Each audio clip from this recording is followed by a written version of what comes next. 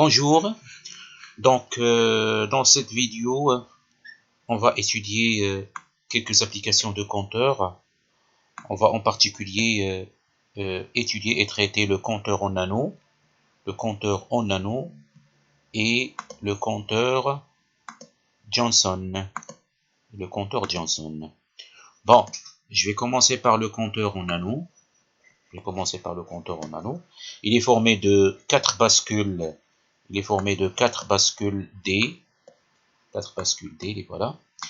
Et qui sont synchrones sous une même horloge H.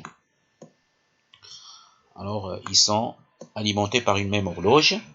Et la sortie d'un compteur, d'une bascule D, représente l'entrée de la seconde, etc. Jusqu'à cette dernière sortie qui représente l'entrée de la première bascule D.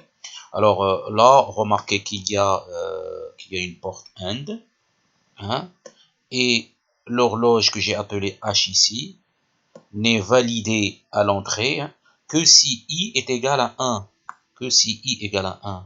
Parce que si I est égal à 1 ici, donc ce point-là serait égal à H, et donc H arrive justement à ce H, on le retrouve ici sur synchronise toutes les bascules D. Ceci lorsque I est égal à 1. Donc on dit que si I est égal à 1, c'est le fonctionnement normal des bascules. Par contre, si I est égal à 0, c'est une autre phase de fonctionnement. Et remarquez que là, j'ai utilisé les entrées de forçage PR et CL pour toutes les bascules. Et d'habitude, lorsqu'une entrée d'un circuit intégré en l'air, généralement, c'est un 1 logique. Par exemple, ici, PR1 et PR2, PR3 sont un 1, sont en l'air, ils sont pas reliés, et donc PR1, PR2 et PR3, c'est 1, c'est égal à 1. Donc là, je rappelle que pour le fonctionnement, que pour l'effet des entrées de forçage, si PR est égal à 1 pour une bascule et CL est égal à 0, ben veut dire que cette bascule possède une sortie nulle.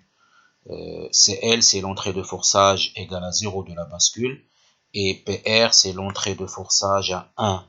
D'accord? Et donc, ici, lorsque I est égal à 0, on va retrouver PR0 est égal à 0. Et CL1 est égal à 0, CL2 est égal à 0, et CL3 est égal à 0. Donc, ici, lorsque I est égal à 0, le PRCL de la première bascule D égale à 0,1, c'est-à-dire PR est égal à 0 parce que I est égal à 0, et CL 0 est égal à 1 parce que c'est en l'air. Donc le fait d'avoir PR égal à 0 et CL égal à 1 pour la première bascule, c'est la mise à 1 parce que c'est PR est égal à 1, c'est la mise à 1 de la première bascule. Donc Q0 est égal à 1. Ceci lorsque I est égal à 0. Et on va voir les autres. I est égal à 0, ça veut dire que CL1 est égal à 0, CL2 est égal à 0, CL3 est égal à 0. Mais par contre, PR1, PR2 et PR3 sont à 1. C'est ici. Donc, et ceci bien sûr, quel que soit H. Donc, pour I est égal à 0, vous avez ça. Vous avez ça pour PRCL de 2, de 1 et de 3. De 2, de 1 et de 3. Ici, c'est 0, il faut mettre 0 ici. Ça, c'est pour la bascule 0. Parce que j'ai pris 0. Alors, 1, 2, 3 et 1 ici. C'est pas grave. Donc, lorsque I est égal à 0, vous avez Q1 est égal à 0, Q2 est égal à 0 et Q3 est égal à 0. C'est la mise à 0. Donc, I est égal à 0. Initialise initialise mon compteur à cette valeur. I est égal, Q0 est égal à 1, Q1 égale à 0, Q2 égale à 0 et Q3 est égal à 0.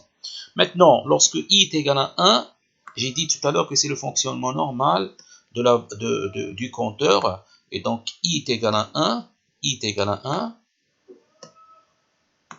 I est égal à 1, ça veut dire qu'il n'y a pas d'entrée de forçage. I est égal à 1. Dans ce cas-là, les CLI est égal à 1 et le PRI sont à 1 lorsqu'il est égal à 1. Et donc, H, on le retrouve à l'entrée des 4 bascules. Et donc, il y aura comptage. Alors là, pour I est égal à 1, initialement, j'avais ça. J'avais ça. J'avais ça. 1, 0, 0, 0. Alors, pour le premier franc montant de l'horloge, qu'est-ce qui va faire notre système? Pour le premier franc de l'horloge, Q3 égale à 0, il va se retrouver ici. Et 1 et Q0 qui était là, qui était 1, il va se retrouver dans Q1. Hein? Parce que ça, c'est la première valeur. Et sachant que Q0 représente l'entrée de la seconde, etc. Et ça représente, Q3 représente, il est relié à D0. À D0.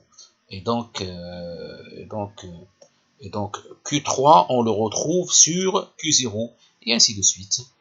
Alors, pour chaque franc montant de l'horloge, il y a la translation de ce 1-là, jusqu'au dernier, jusqu'à cette valeur-là, où ce 1-là, je vais le retrouver, ici, et donc, la dernière ligne représente la première, et ainsi de suite.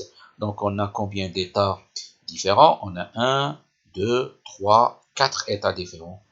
Donc, ce compteur compte 4 états différents de cette manière.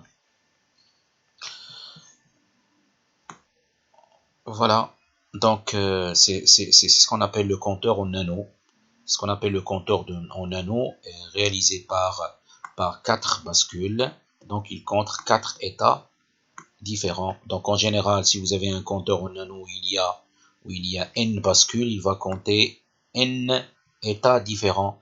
Et ça commence par la valeur 1, 0, 0, 0. Ça commence par cette valeur. Et le 1 part en diagonale. Pourquoi tout ça? Parce que le Q3 est relié à l'autre et il y a le 1 qui transite. Voilà, je vais faire une autre vidéo tout à l'heure pour traiter justement le compteur Johnson. Et je m'arrête à ce niveau.